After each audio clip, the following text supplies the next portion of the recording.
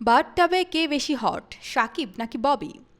ঈদুল আজহায় মুক্তি পাওয়া 5টি ছবির মধ্যে দুটি উল্লেখযোগ্য সিনেমা হলো তুফান ও ময়ূরাক্ষী। সিনেমা দুটি সম্পূর্ণ আলাদা গল্পের, তবে ওই দুই সিনেমা একটি দৃশ্যে মিল রয়েছে। দুটি ছবিতেই বাথটাবের দৃশ্য রয়েছে, যেখানে একটিতে ছিলেন শাকিব খান ও অন্যটিতে রয়েছেন চিত্রনায়িকা ইয়ামিন হক ববি। সম্প্রতি একটি টেলিভিশন সাক্ষাৎকারে বাথটাবের সেই দৃশ্য নিয়ে খোলামেলা কথা বলেছেন এই নায়িকা, যেখানে উপস্থাপক ববির কাছে জানতে চান বাথটাবে কে বেশি হট, শাকিব খান নাকি ববি।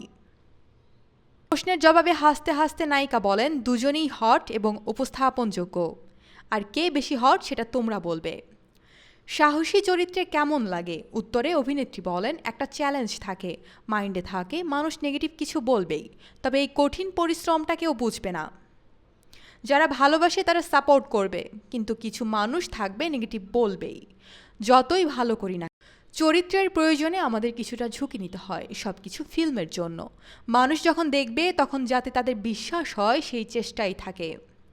সব কিছু ন্যাচারাল মনে হয়, ওই সময়ের জন্য সত্য মনে হবে। ময়ূরাক্ষী সিনেমাটি প্রেম, প্রতারণা আর রাজনীতির বলয়ে আটকে যাওয়া জীবনের গল্পে নির্মিত হয়েছে। গল্প ও চিত্রনাট্য লিখেছেন গোলাম রব্বানী, নির্মাণ করেছেন রাশিদ পলাশ।